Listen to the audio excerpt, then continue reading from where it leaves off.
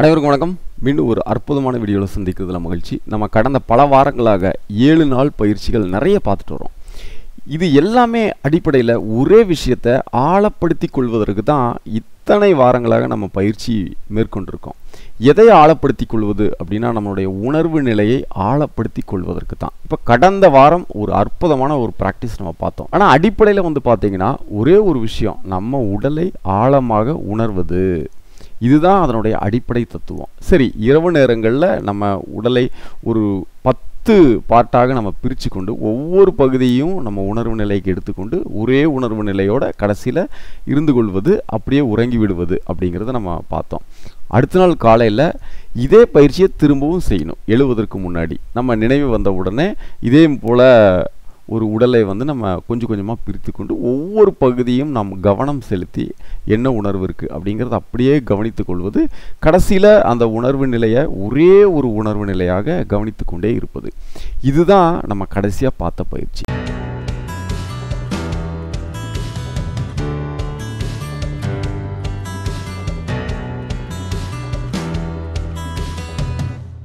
இந்த தேவையில்லாத எண்ணங்கள், தேவையில்லாத உணர்வுகள், தேவையில்லாத சச்சரவுகள், மன உளைச்சல்கள், இது எல்லாமே படிப்படியாக குறைந்து வருவதை நம்ம பார்க்கலாம். சரி, ரெண்டாவது பார்த்திங்கன்னா இந்த எண்ணம் அதிகப்படியாக தோன்றாது. ஏன்னா நம்ம உணர்வு நிலையை கவனித்து கொண்டே இருக்கிறோம். நம்ம உடம்புல என்ன உணர்வு இருக்குது அப்படிங்கிறத கவனித்து கொண்டே இருப்பதனால நமக்கு எண்ணங்கள் தோன்றுவதில்லை. அப்போ எண்ணமற்ற நிலையும் கூட இதில் அடைவதற்கு வாய்ப்புகள் இருக்குது. மூணாவது பார்த்திங்கன்னா இந்த நிலையில் நாம் எதை நினைக்கிறோமோ, இப்போ இந்த நிலையை விட்டு நம்ம வெளியில் வரணும், அடுத்தடுத்து வேலைகளில் இறங்கணும் அப்படிங்கும் பொழுது இந்த நிலையில் எண்ணப்படும் எண்ணங்கள் மிகவும் வலிமை வாய்ந்தவை. இதனால தான் நமக்கு நிறைய தியான பயிற்சிகள், நிறைய தியான முகாமில் எல்லாமே ஒரு தியானம் முடிஞ்ச உடனே நமக்கு தேவையான ஆழ்மனக்கட்டளையை நம்ம உற்பத்தி செய்து நம்ம ஆழ்மனக்கட்டளை திரும்ப திரும்ப சொல்லுவாங்க. ஏன் அப்படின்னா நம்ம எண்ணமற்ற ஒரு நிலையில், ஒரு தியான நிலையில் நம்ம இருப்போம். அதுலேருந்து வெளியில் வரும்போது நமக்கு எது தேவையோ அதை ஆழ்மனக்கட்டளையாக பயன்படுத்தி நாம் அதை திரும்ப திரும்ப சொல்லிக்கொள்வது அதிகமாக பலனை அளிக்கும். ஏன் அப்படின்னா இந்த எண்ணமற்ற நிலையில் பார்த்திங்கன்னா நம்மளோட மன அலைச்சூழல் வேகம் மிகவும் குறைந்ததாக இருக்கும். இப்போது நீங்கள் சிம்பிளாக எடுத்துக்கோங்க, ஒரு சலனம் இல்லாமல் ஒரு நீர்நிலை இருக்குதுன்னு வச்சுக்கோங்க, ரொம்ப அமைதியாக இருக்குது. ஒரு அலைகள் கூட இல்லாத, ஒரு சலனம் இல்லாத ஒரு நீர்நிலை இருக்குதுன்னு வச்சுக்கோமே, அங்கே ஒரே ஒரு சின்னதாக ஒரு கல் எடுத்து போடுறீங்க அப்படின்னா அதனால் ஏற்படும் அந்த அலை அந்த நீர்நிலையின் எல்லை வரைக்கும் அழகாக அது பாய்ந்து ஓடுவதை நம்ம பார்க்க முடியும். இதே நிறைய கற்களை தூக்கி வீசும் பொழுது அங்கங்கே நிறைய குமிழ்கள் வந்தாலும் கூட, நிறைய அலைகள் தோன்றினாலும் கூட எதுவுமே முழுமையாக அந்த எல்லை வரை பாய்வதில்லை அப்படிங்கிறத நம்ம பார்க்க முடியும். அப்போ அந்த வரிசையில் இந்த எண்ணமற்ற நிலையில், இந்த உணர்வு நிலையில் நாம் எதை சிந்திக்கிறோமோ அது விரைவில் நடக்கும் அப்படிங்கிறதுல எந்த விதமான மாற்று கருத்தும் இல்லை. இதிலிருந்து தான் நிறைய உள்ளுணர்வு நம்மளுக்கு தோன்றும். இப்போ நம்ம எண்ணம் இல்லாமல் நம்ம உணர்வு நிலையில் நம்ம கவனிச்சுக்கிட்டு இருக்கோம் நம்ம உடம்பை அப்படிங்கும் பொழுது, இதிலிருந்து வெளியில் வரும் பொழுது சில எண்ணங்கள் நம்மளுக்கு தோன்றலாம். இதை போய் நீ செய், இது உனக்கு தேவை, இது நீ செய், ட்ரை பண்ணி பார்க்கலாமே அப்படின்னு நிறைய ஐடியாக்கள் நம்மளுக்கு வரும். இந்த ஐடியாக்களை நம்ம இனிஷியேட் பண்ணுறதுனால நிறைய மாற்றங்கள் ஏற்படுத்தும். நான் நிறைய முறை சொல்லியிருக்கேன், எனக்கு நிறைய விஷயங்கள் நடந்ததையும் நான் நிறைய உங்கள்கிட்ட ஷேர் பண்ணியிருக்கேன். அந்த வரிசையில் இதுதான் நம்மளுடைய ஞானிகள், மகான்கள் எல்லாருமே கற்றுக் கொடுத்த ஒரு அற்புதமான விஷயம். சரி, இப்போது அடுத்த 7 நாள் நம்ம என்ன பண்ண போகிறோம் அப்படின்னா, ஏதோ ஒரு ஆழ்மனக்கட்டளையோ இல்லை ஏதோ ஒரு உங்களுக்கு தேவையான விஷயம் நடக்கணும் இல்லையா, மனப்படத்தை ஏற்படுத்தி வச்சால் போதுமானது. இல்லை ஏதாவது ஒரு இஷ்யூ இருக்குது, நான் குடும்பத்தில் ஒருத்தருடைய ஒரு சண்டைகள், சச்சரவுகள் நிறைய இருக்கிறதுக்கு வாய்ப்புகள் இருக்கும். யாராவது கிட்ட ரிலேஷன்ஷிப் இஷ்யூ கூட இருக்கலாம்.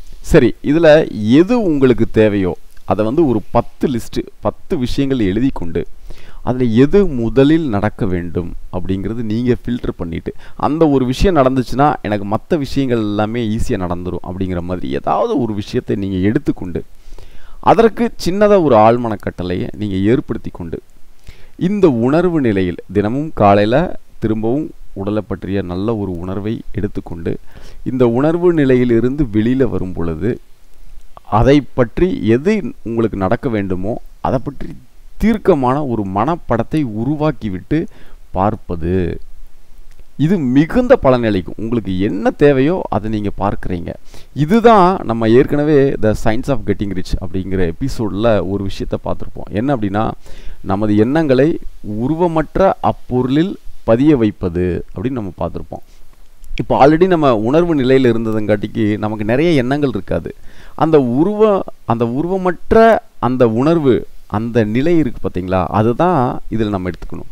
அந்த உணர்வு நிலையிலேருந்து வெளியில் வரும் பொழுது முதல் எண்ணம் நமக்கு எது தேவையோ அதை பற்றிய சிந்தனை, அதை பற்றிய மனப்படம் இருந்தால் இதுதான் அந்த உருவமற்ற அந்த அப்பொருளில் நாம் நமது எண்ணத்தை பதிய வைக்கும் முறை அப்படிங்கிறத நம்ம ஞாபகம் வச்சுக்கணும். இதுதான் அதனுடைய மிகவும் அடிப்படையான ஒரு விஷயம். இரண்டாவது பார்த்திங்கன்னா, நமக்கு தேவையான ஆழ்மனக்கட்டளையை ஒரு 3 முறை சொல்வது. 3 முறையோ இல்லை 5 முறையோ மனசுக்குள்ளே அமைதியான இந்த உணர்வு நிலையிலேயே அதை சொல்லிக்கொண்டே இருப்பது. 3 முறை, 5 முறை, 10 முறை, எவ்வளவு முறை உங்களுக்கு சௌகரியமாக இருக்கிறதோ அத்தனை முறை நீங்கள் சொல்லிவிடுவது. இதை நம்ம அடுத்த 7 நாட்களுக்கு செய்துவிட்டு இதை குறித்த ஏதாவது விஷயங்கள் நமக்கு வாழ்க்கையில் நடைபெறுதா, இதை நிறைவேறுவதற்குண்டான ஏதாவது சிம்டம்ஸ், ஏதாவது அறிகுறி நம்மளுக்கு தெரிகிறதா அப்படிங்கிறத நம்ம கூர்மையாக கவனிக்க வேண்டும். அவ்வளோதான். அடுத்த 7 நாள், சார் எனக்கு இதுதான் நடக்கணும் அப்படிங்கிறத நான் வச்சுருக்கேன். அதை பற்றி ஒரு ஆழ்மனக்கட்டளை எழுதி வச்சுருக்கேன். அதையும் நான் படிச்சுட்டேன். இது நடப்பதற்குண்டான ஏதாவது சாத்தியக்கூறுகள் நடக்குதா அப்படி கூர்ந்து கவனித்து கொண்டே இருக்கணும். ஒவ்வொரு நிகழ்வையும் கவனிக்க வேண்டும். இது நம்மளுக்கு உண்டான வாய்ப்பா, இது நம்மளுக்கு உண்டான வாய்ப்பா அப்படிங்கிறத நம்ம கூர்மையாக கவனித்து கொண்டே இருக்க வேண்டும். ஏன் அப்படின்னா, நம்ம ஏற்கனவே இந்த ஆர்ஏஎஸை பற்றி நிறைய வீடியோக்கள் பார்த்துருக்கோம். அதில் நம்மளுடைய பிரெயின் நாம் எதில் ஃபோக்கஸ் பண்ணணும்னு நம்ம சொல்கிறோமோ அதில் தான் நம்ம பிரெயின் ஃபோக்கஸ் பண்ணோம். அதை தான் நம்ம அடிக்கடி பார்ப்போம். அந்த மாதிரி ஏதாவது ஒரு நிகழ்வுகள், ஏதாவது ஒரு சாத்தியக்கூறுகள் உங்களுக்கு அது தொடர்பான நிகழ்வுகள் ஏதாவது நடக்கிறதா, சாத்தியக்கூறுகள் ஏதாவது நடக்குதா அப்படிங்கிறது நீங்கள் வாட்ச் பண்ணுங்கள். எதை நீங்கள் அந்த மாதிரி சாத்தியக்கூறுகளை தேர்ந்தெடுக்கிறீர்களோ அதில் நீங்கள் பயணம் மேற்கொள்வீர்கள். ஏன்னா நம்ம ஒவ்வொரு முறையும் நம்ம எதை தேர்ந்தெடுக்கிறோமோ அதுதான் நம்மளை அடுத்த டைரக்ஷனுக்கு எடுத்துகிட்டு போகும். அப்போ ஏதாவது உங்களுக்கு வாய்ப்பு வந்தால் நீங்கள் அதை துணிஞ்சு நீங்கள் தேர்ந்தெடுக்கலாம். ஏன்னா நம்ம அந்த உணர்வு நிலையிலிருந்து நாம் இதுதான் தேவைன்னு நினைக்கும் பொழுது அது நடப்பதற்குண்டான அனைத்து சாத்தியக்கூறுகளும் உருவாகும். சரி, இது ஒரே நாளில் நடந்துருமா அப்படின்னா நடக்காது. ஒரு 7 நாள் இதை தொடர்ச்சியாக செய்து வரும் பொழுது நிச்சயமாக அதற்குண்டான சின்ன சின்ன சாத்தியக்கூறுகள் நடக்கும் பொழுது அதை நீங்கள் மானிட்டர் பண்ணி வச்சுருந்தீங்கன்னா எஸ் இட்ஸ் ஒர்க் அப்படிங்கிறது நம்மளே தெரிஞ்சுக்குவோம். சரி, அந்த வரிசையில் இதை காலையில் பயிற்சியில் நம்ம செய்யணும்.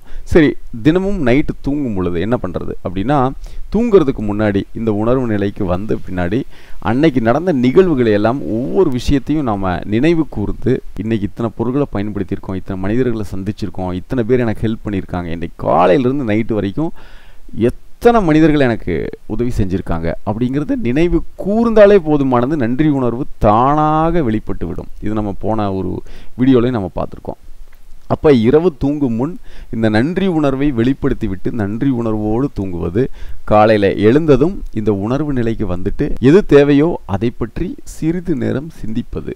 ஆழ்மனக்கட்டளை ஏற்படுத்தி வச்சால் ஆழ்மனக்கட்டளையை நம்ம சொல்லுவது, மனசுக்குள்ளேயே சொல்லிக்கிறது. அப்புறம் எனக்கு தேவையான விஷயம் இதுதான் அப்படின்னு விஷுவலைஸ் பண்ணி பார்க்குறது, அந்த மனப்படத்தை வைத்து பார்ப்பது. இது மிகச்சிறந்த பலனை அளிக்கும். சரி, அடுத்த 7 நாட்களில் உங்களுக்கு என்னென்ன சிம்டம்ஸ் தெரிஞ்சது, என்னென்ன அறிகுறிகள் தென்பட்டது, அதில் எது நீங்கள் தேர்ந்தெடுத்தீங்க அப்படிங்கிறதையும் நீங்கள் ஷார்ப்பாக ஃபோக்கஸ்டாக அதை நீங்கள் வாட்ச் பண்ணுங்கள். ஒவ்வொரு நிகழ்வுகளையும் வாட்ச் பண்ணிங்கன்னா உங்களுக்கு தெரிய வரும். மீண்டும் இன்னொரு அற்புதமான வீடியோவில் கூடிய சீக்கிரம் உங்களை சந்திக்கிறேன். அதுவரை நன்றி.